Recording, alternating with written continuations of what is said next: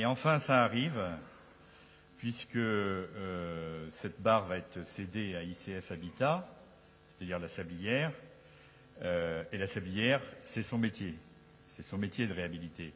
Ce n'était pas le métier de ICF Habitat Novedis, puisqu'il nous avait promis la réhabilitation. Je crois que ça fait à peu près 6 ans, voire plus, que ICF devait réhabiliter cette barre. Et finalement, c'est la sablière qui va le faire. Il y a pas mal de logements qui sont vides dans cette barre, et donc et qui ont déjà été réhabilités. Et nous allons pouvoir désigner des futurs locataires assez rapidement sur pas mal de ces logements. Donc c'est quelque chose qui va aller maintenant très vite.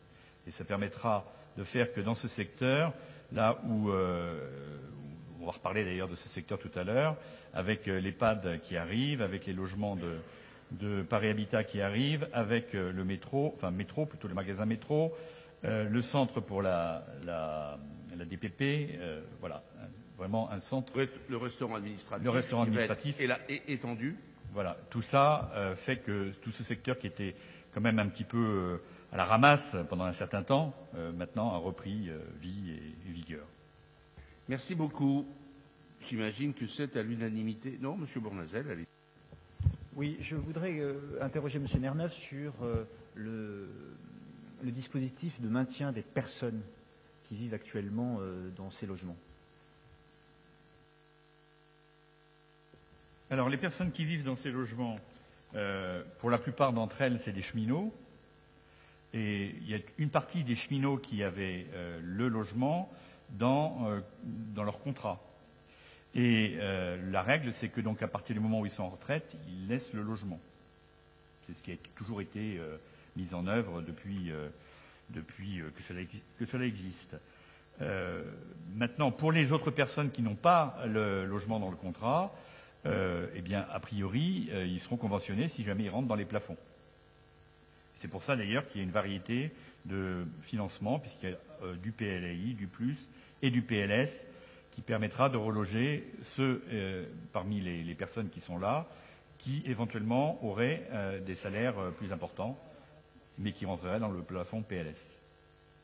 Oui, je peux même ajouter que dans le cadre de discussions que nous avons eues, voilà quelque temps déjà, moi j'avais insisté auprès de la Sablière, avec Michel, pour qu'on fasse attention à ces retraités de la SNCF qui perdaient leur qualité d'ayant droit au logement à partir du moment où ils étaient en retraite.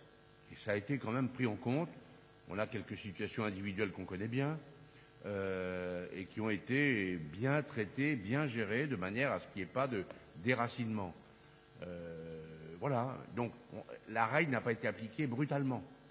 C'est-à-dire que les retraités, notamment, qui n'avaient plus droit au logement, ont eu des propositions ou de maintien dans les lieux ou de relogement ailleurs. Quelquefois, leur volonté était d'aller en province, j'en ai connu, et donc ils ont libéré le logement, du coup. Et je ne sais pas, c'est des travaux assez lourds, je ne crois pas qu'ils pourront, mais ça va être fait cage par cage. Donc il y aura des possibilités de tiroirs à l'intérieur même de la rénovation de la barre. Je me suis bien fait comprendre. C'est-à-dire que si les gens sont dans une cage d'escalier et que ça nécessite qu'ils en sortent, ils pourront provisoirement aller dans des réserves vides, justement, que la Sablière a mis de côté, je dirais, pour éviter les déracinements. Donc je crois qu'on est dans une opération socialement protégée. Avec ces remarques, pas de difficulté, c'est à l'unanimité.